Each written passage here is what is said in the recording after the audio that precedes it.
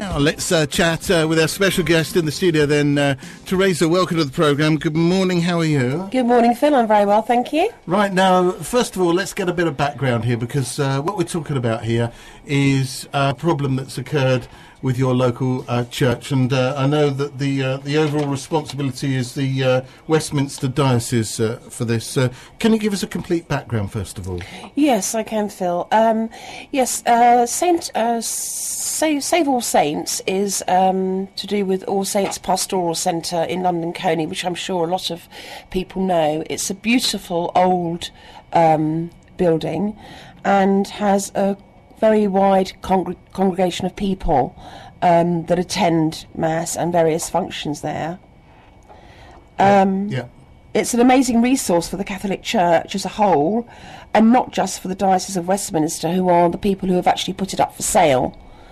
Now, a bid has gone in from a company called Pastoral Village, who want to continue the work of the Pastoral Centre, providing and maintaining the buildings, which are very historic and beautiful, for religious practices and retreats. They want to use it to serve the local community, not only Catholics but Christians as a whole. They also want to build a swimming pool within the centre to help the disabled and the local community as well. And basically what the Diocese of Westminster have actually done is to sell to the highest bidder. Now, everything we've ever been taught in our teachings from the Church is that money is not the main objective of our belief. They're basically going against everything we as parishioners believe in, and are not really adhering to what the centre should be maintained as. Right, so selling to the highest bidder, what are we talking about there? What sort of thing will end up being there if that happens? Well, we don't actually know. They won't. This is another thing. They won't tell us who they've decided to sell to. There are rumours that it's to do with gambling, although they're assuring us that it isn't. They've basically gone, I mean, there was a very substantial bid put in to keep it going as a centre, but they've obviously gone to the highest bidder for development purposes.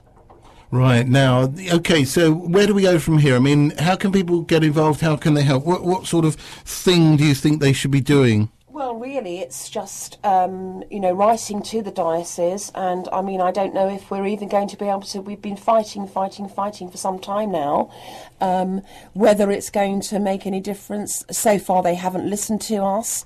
The bishop, who is Bishop Arnold, is saying that the church needs money, which, as we all know, the Catholic Church is a very rich church. We have actually written to the Pope.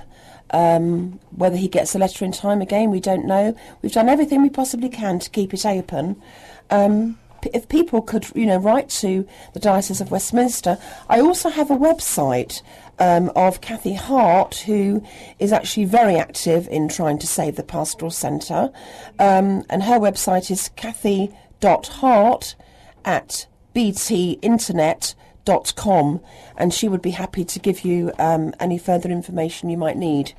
Right, well, thank you very much indeed for that. And just remind us then how we get in touch one more time. Just tell us again how we do that if we want to help or find out more about it in general. If Teresa. you want to find out more about it in general, as I say, Westminster Diocese, but your main point of contact on a more personal level would be kathy.hart@btinternet.com. All right. Thank you very much for the moment, Teresa, and we'll get you back and see if we can help a little bit more in the future. Thank you, Phil. All right. Thank you very much. Cheers now.